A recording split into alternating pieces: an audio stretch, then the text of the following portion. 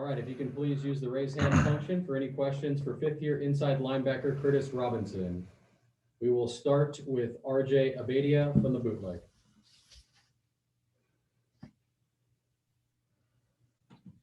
Hey, Curtis, let's just get right to the tackling. Just curious about what it was like to do that again for the first time in quite a while, and your evaluation of how you did as a group. Felt really good.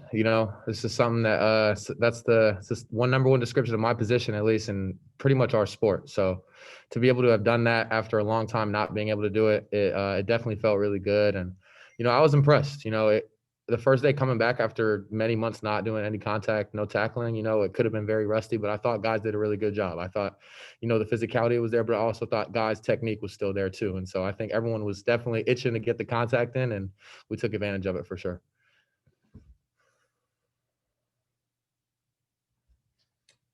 Our next question will come from Russell Simmons in the San Francisco Chronicle. Curtis, I was just going to ask a really super general question about expectations this season. I know only a week into it, but what are you guys expecting this year? What would be a good season for you? Pac-12 championship. And, that's kind of the only standard that we have. Last year we didn't live up to that standard. And a lot of the guys that are leaders on this team, we've taken that responsibility to turn that around and get back to that standard. And the way that we see it, that's the only goal for us. That's the only option.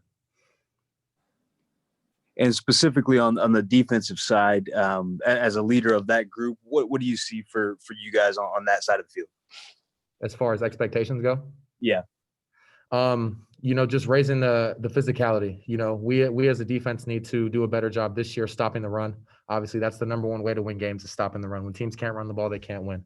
And also takeaways has been a big emphasis for us, getting guys to run to the ball after. Anytime a ball's on the ground, getting it off the ground and taking it the other way. Takeaways are going to win games for us on that side of the ball. And so that's been really our main emphasis. Thanks, Curtis. Yep.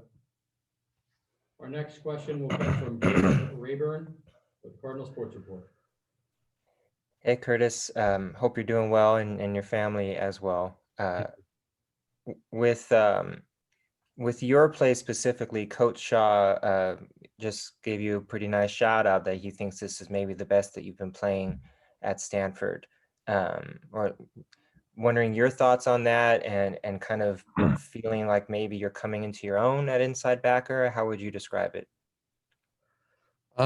I definitely feel the most confident that I've ever felt, in my 4 years here, I guess now my 5 years here. Obviously that comes with experience, but I feel like personally, this has been the best prepared that I've been coming into camp. And I think that it's definitely showing, but I've been trying to be as critical of myself as I can. I always look for ways to get better. And I think that's what's helping me have success the way that I am. And I'm just looking to get better every day. When I do have success, I kind of just have to compartmentalize that. And same thing with when I don't have success. And I think that having that balance has been really good for me. And, I have a really good group of guys behind me in the ILB room that's helping challenge me every day. And I think they're a critical part of that as well. Well, to that point, I think it's fair to say that a big part of improving the physicality, as you mentioned earlier, will be the play of some guys who haven't played a lot.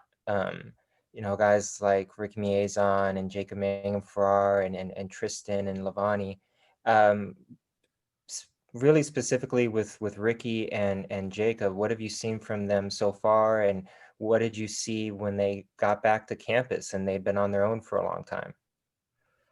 Just a sense of maturity. When you're young, the athleticism and the physicality is always there. You always want to get better. You always want to train hard, and that's awesome. But there's always a sense of maturity that takes a little bit of time to develop in some guys and most guys, honestly. And the way that they've matured and the way that they've advanced to that has really impressed me. And I can tell in the way that they prepare and also the way that they conduct themselves in training and at practice. And they're doing a great job of becoming leaders in themselves for their class as well as the team. And it's definitely showing. Ricky and Jacob have been doing a great job learning the playbook and being able to execute that on the field way better than they have before. And just the way that they're reacting and playing out there, it's way faster. Thanks, Curtis. Yep. For our next question, we'll head back to RJ Abadia. RJ, go ahead. So Curtis, yesterday I asked Davis about the idea of legacy in terms of him individually and him and his classmates. I'm just curious for you at this point in your Stanford career, how much of that has gone into your mindset for this season?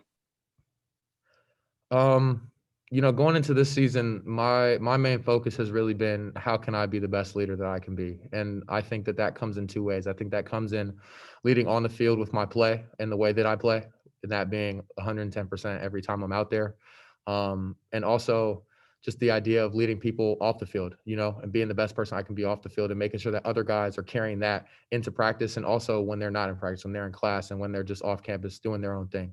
And I think that the idea of an individual legacy, I think I can worry about that after I leave here. Hopefully the things that I do to help my team win will be a part of my legacy, but I can't honestly say that that's really a motivation for me. I think the legacy of this team, on the other hand, is definitely something that's motivated me. I want people to remember this team as the team that brought back the standard that we're used to, and that's winning Pac-12 championships and Rose Bowls. Thank you, Curtis. Our next question will go back to Rusty Simmons. Rusty, go ahead. Hey, Curtis, I'm not sure if this makes sense because it sounds like you guys are pretty dialed into the protocol anyway, but with Alabama and Florida kind of making national news with COVID this week, I'm wondering, are you guys as players paying much attention to what's happening with other teams around the country? Are you learning from anything outside of what you guys are doing in the program? I mean, honestly, we can only worry about ourselves. We have our standards and we have our protocols, and we know that we have to follow them in order to keep this thing going. And I think everyone's really dialed into that. But at the same time, those serve as good wake up calls. If guys think that since things are going well, they can ease up, seeing teams like that have these cases pop up in the middle of the season, it's a good wake up call, and it's a good indicator that we can't ease up. We can't ignore the protocols. We can't ignore the standards that have gotten us this far with the success that we have. And we know that if we continue on this path, we hopefully won't go down that path to where we'll have to, postpone games or cancel practices and stuff like that.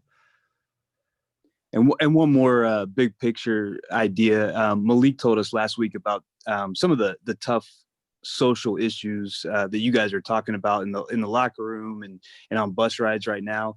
Any insight you can give us there? Just things that you guys are talking about, things you've learned, things that you've explained to other people during this time. Yeah, I mean, it's just really different, in times like this during camp, you're really around your team 24/7. Excuse me, sorry.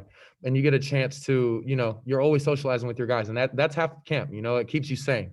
And unfortunately, that's not something that we can do as much. We have to be separated and stay distanced most of the time when we're off the field. And that's definitely different. And it's definitely a sacrifice, but it's a sacrifice that we know that we have to make, and we're definitely willing to make. And it's not the perfect scenario, but it's what's allowing us to play football. So it's definitely what we know we have to do. Much appreciated. Yep, thank you. Any further questions for Curtis? All right, thank you, Curtis. Appreciate it.